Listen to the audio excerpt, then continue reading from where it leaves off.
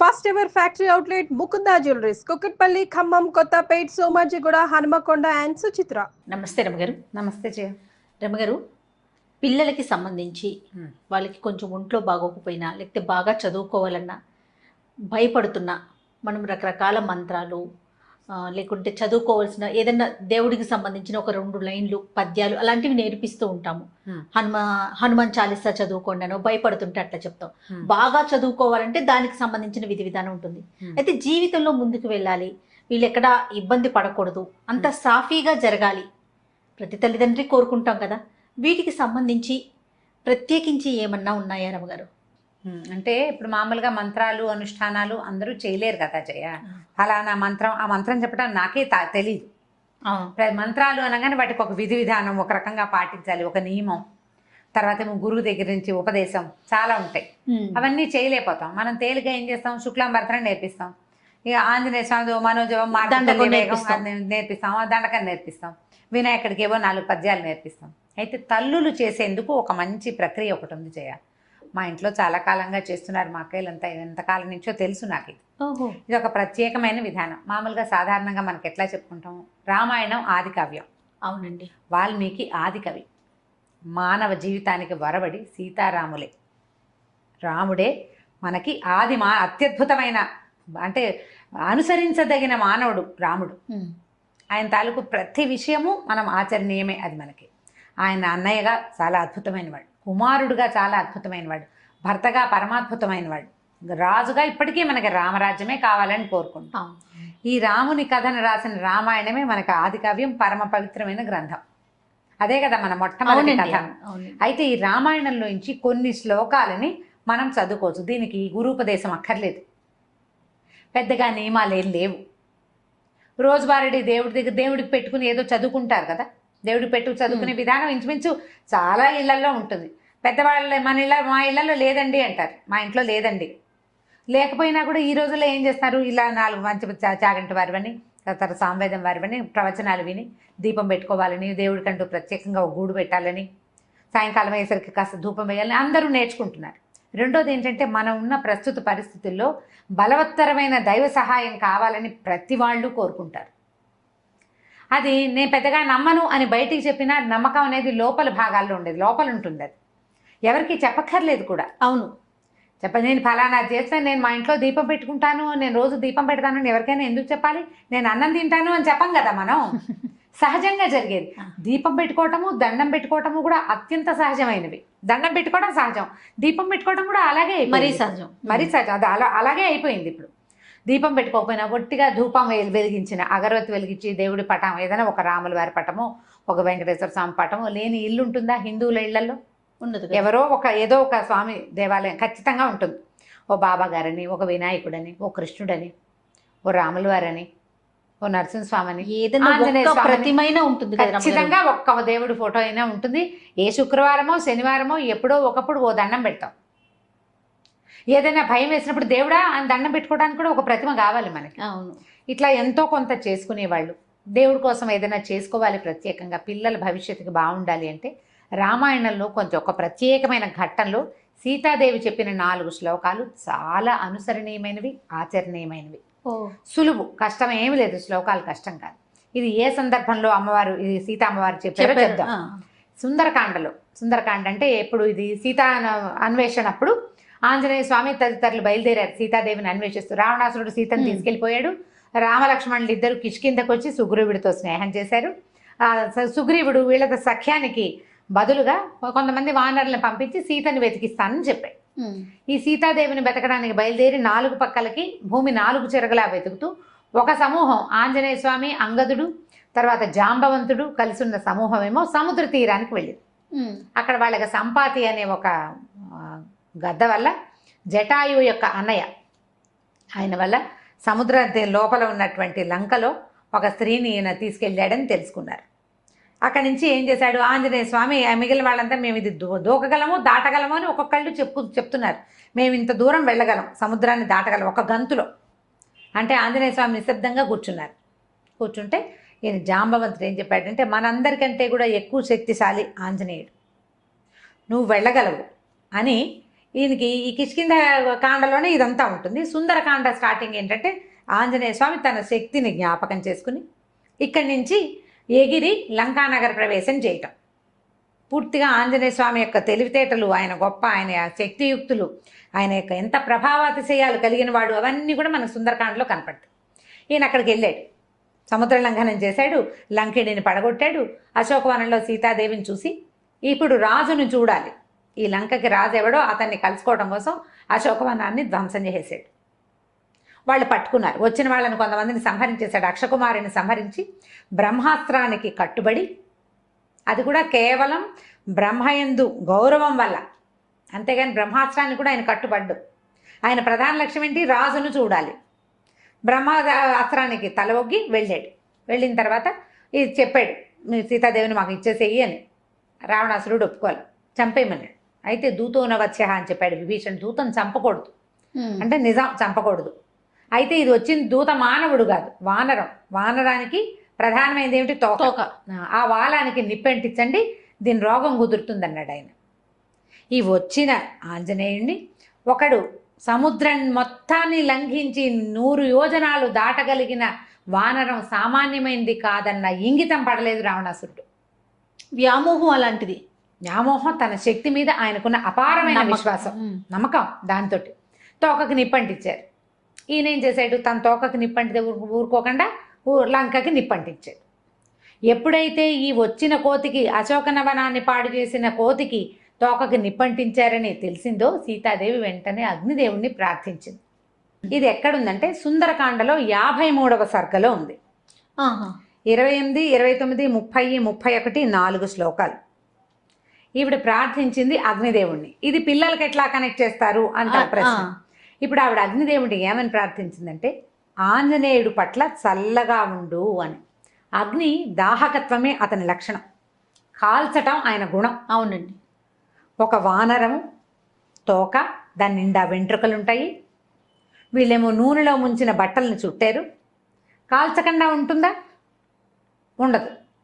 అంత ప్రచండంగా కాల్చవలసిన అగ్నిని నా యొక్క పాతివ్రత్యం వల్ల నేను ఎలాంటి దాన్నో, నా గొప్ప, నా భర్త, నేను, మా లక్షణాలు, నన్ను కాపాడడానికి వచ్చినవాడు, నన్ను కాపాడాలని కంకణం కట్టుకున్న సుగ్రీవుడున్నాడు, ఇదంతా నిజమైతే నువ్వు అతనికి చల్లగా ఉండాలి అని చెప్పింది.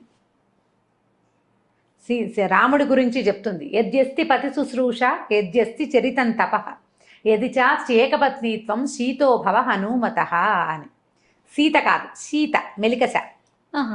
యద్యస్తి పతి శుశ్రూష, నేను నా భర్తకి శుశ్రూష చేసి ఉంటే, యద్యస్తి చరితం తపః, నేను చేసిన తపస్సు ఏదైనా ఉంటే, యది చాస్తి ఏకపత్నీత్వం, నా భర్త ఏకపత్ని వ్రతుడైతే, సీతోభవ హనుమతః, ఆంజనేయుడికి చల్లగా ఉండు అని. ఎట్లాంటిది? రాముడి క్యారెక్టర్, సీతాదేవి క్యారెక్టర్. భగవంతుడు, భగవతి, దేవుడు, దేవి, వాళ్ళ యొక్క గొప్పతనమే ఇందులో ఉంది. ఆవిడ అడిగింది, ఇట్లా చెప్పిందనమాట. తర్వాత ఎదికించిదనుక్రోశస్తస్య మయ్యస్తి ధీమతః ఎదివా భాగ్యశేషో మే సీతోభవ హనుమతః. ఎదిగంటే నా పట్ల నా భర్తకి బాధ ఉంటే, నా మీద అనుక్రోశం, అయ్యో నేను ఇలా తప్పిపోయాను, నేను నన్ను ఎవరో తీసుకుపోయారన్న దుఃఖం నా భర్తకు ఉంటే, ఆయనకు ఉందా లేదా? ఎంత బాధపడుతున్నాడు సీతాదేవి కోసం. వాడి మహా నరకం అనుభవించాడు రాముడు ఆమె లేకపోవటం వల్ల. ఎదివా భాగ్యశేషం, నా గనక కొంచెమైనా అదృష్టం ఉంటే ఇతనికి చల్లగా అవ్వాలి నువ్వు. బా, ఆవిడ అదృష్టం ఏమిటి? ఆంజనేయ స్వామి రావడం.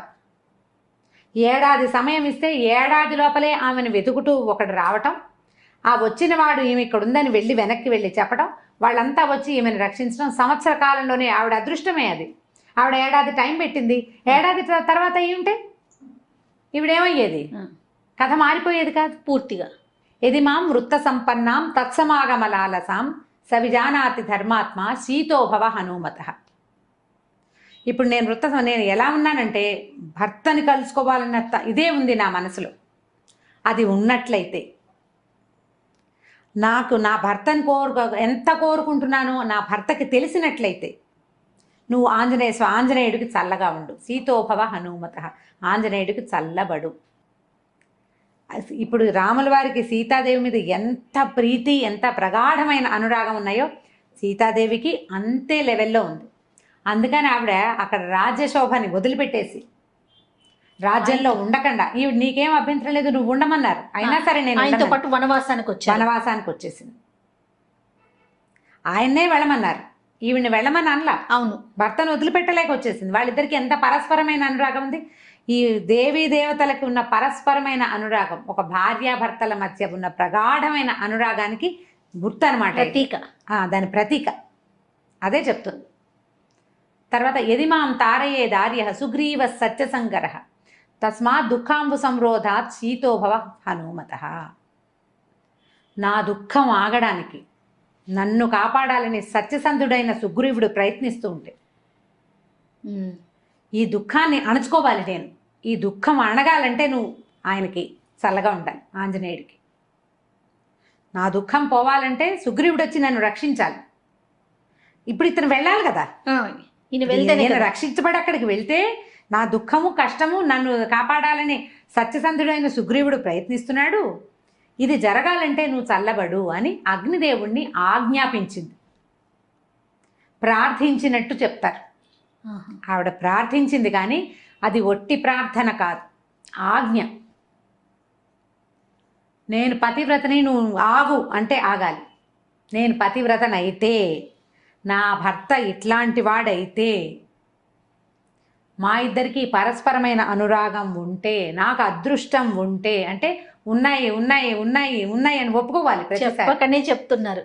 ఇవన్నీ ఉంటే నువ్వు చల్లగా ఉండాలి అని ఆమె అగ్నిదేవుణ్ణి ప్రార్థిస్తే తోకకి చుట్టబడినటువంటి అంత అగ్ని సమూహం ఉన్నా లంకంతా కాల్చేశాడు కానీ ఆయనకి ఏమీ కాలేదు, కసుగంద లేదు, చల్లగా ఉంది తోక. ఆయనకి మండుతున్న తోకని నీటిలో ముంచి చల్లార్చుకున్నారు కానీ బాధ ఏమీ లేదు, ఆయనకి చల్లగానే ఉంది. అగ్నిని ఆర్పారు కానీ బాధ కాదు. ఈ 4 శ్లోకాలని తల్లులు గనక చేసుకుంటే, ప్రత్యేకంగా కుమారులకని చెప్పబడింది కానీ సంతానం కోసం, అమ్మాయిలు కానీ అబ్బాయిలు కానీ, పిల్లల భవిష్యత్తు పట్ల, వాళ్ళు ఎక్కడికైనా వెళ్తే అక్కడ ఏదైనా ప్రమాదాలు ఎదురవుతాయన్న భయం ఉన్నా, పిల్లల తాలూకు సెటిల్మెంట్ మీద మనకి భయాలు అవి ఉండి జాతకాల్లో ఇబ్బందులు ఉన్నాయని, లేకపోతే అవకాశాలు రావట్లేదని బాధలు అవి ఉన్నా కూడా ఇది అలవాటు చేసుకోవాలి. ఇన్నిసార్లు చదవాలన్న నియమం లేదు. నియమం పెట్టుకోవడానికి ఒక చిన్న పద్ధతి ఉంది, కావాలంటే చెప్తాను అది కూడా. రోజువారీ మనం చదువుకునే స్తోత్రాల్లో ఈ 4 శ్లోకాలు చదువుకోండి. చాలా సింపుల్. 53వ సర్గలో ఉన్నాయి. తప్పకుండా 28, 29, 30, 31 డిస్క్రిప్షన్ బాక్స్లో పెడదాం ఈసారి. లాస్ట్ టైం పెట్టలేదని అందరు అడిగారు. ఈ శ్లోకాలు 4 వితౌట్ మిస్టేక్స్ పెడదాం తప్పకుండా. సో ఇవి గనక చదువుకుంటే పిల్లల భవిష్యత్తుకి భయం ఉండదు, భద్రత ఉంటుంది. భగవంతుడు వాళ్ళ వెనకాల నిలబడి కాపాడతాడు. రామాయణంలో ప్రతి అక్షరము మంత్రమేనని చెప్తారు. ప్రతి శ్లోకానికి దానికి ప్రత్యేకమైన శక్తి ఉంది. ఈ 4 శ్లోకాలకి ఉన్న శక్తి ఏంటంటే కాల్చవలసిన అగ్ని చల్లబడిపోవటం. అగ్ని చల్లబడిపోయిందంటే చూడండి, ఇప్పుడు సీతాదేవి ఆంజనేయ స్వామి కోసం కోరింది, ఒక తల్లి కుమారుడు కోసం కోరింది. అట్లా మనం గనక మన పిల్లల కోసం కోరుకుంటే ఈ పని అవుతుంది. ఒకవేళ మనకి ఏదైనా ప్రత్యేకమైన సమస్య అలా ఉందనుకోండి, 40 రోజులు పెట్టుకోండి. అది ఎట్లా చేయాలంటే ఈ పిల్లల జన్మ నక్షత్రం నాడు మొదలుపెట్టి 40 రోజుల పాటు రోజుకి ఇన్నిసార్లు అని, అది మీరు 11 సార్లు పెట్టుకోవచ్చు, 21 సార్లు పెట్టుకోవచ్చు, 40 సార్లు కూడా పెట్టుకోవచ్చు. ఈ 40 రోజులు అయిన తర్వాత ఎక్కడైనా ఒక ఆంజనేయ స్వామి దేవాలయంలో పానకం చేయించటము, ఏ వడమాల వేయించటము, ఆకుపూజ చేయించటము, అట్లా ఏదైనా చేసుకోవచ్చు.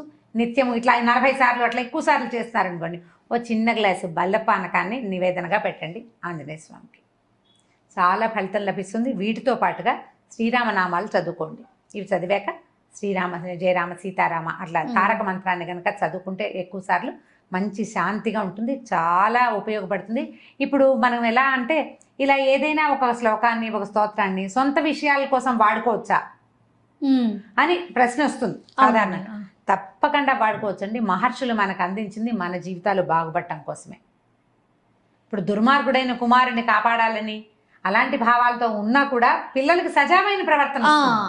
కరెక్ట్ రమ్మగారు. వాడు దుర్మార్గుడు, వాడు ఏదో చెడ్డ పని చేశాడు, వాడు రక్షించబడాలి, వాడు జైలు వాళ్ళు అయిపోకూడదు, ఏదో దొరికిపోకూడదు అని భావించి మీరు చదువుకుంటున్నారు అనుకోండి, అది కూడా తల్లుల ఇంటెన్షన్ ఏంటి, నా పిల్లాడు బాగుండాలని. బాగుపడతారు పిల్లలు. దుష్ప్రవర్తన ఉన్న పిల్లల కోసం కూడా ఇది తల్లులు గనక చేస్తే వాళ్ళ ప్రవర్తనలో కూడా మార్పులు వస్తాయి, చాలా ఉపయోగపడుతుంది. మనకి పూర్వం నుంచి పెద్దవాళ్ళు చెప్తున్నదే, రామాయణ అంతర్గత శ్లోకాలు ఇట్లా చాలా చోట్ల మనకు చెప్పబడతాయి. ఇది ఎక్సలెంట్గా పిల్లలకి సహాయకారిగా ఉంటుంది, తల్లులకి మనోధైర్యాన్ని ఇస్తుంది. ఆలోచించి చేసుకోండి నిదానంగా. చాలా అద్భుతమైన విషయం చెప్పారు రమ్మగారు. నమస్తే. నమస్తే చెయ్యి.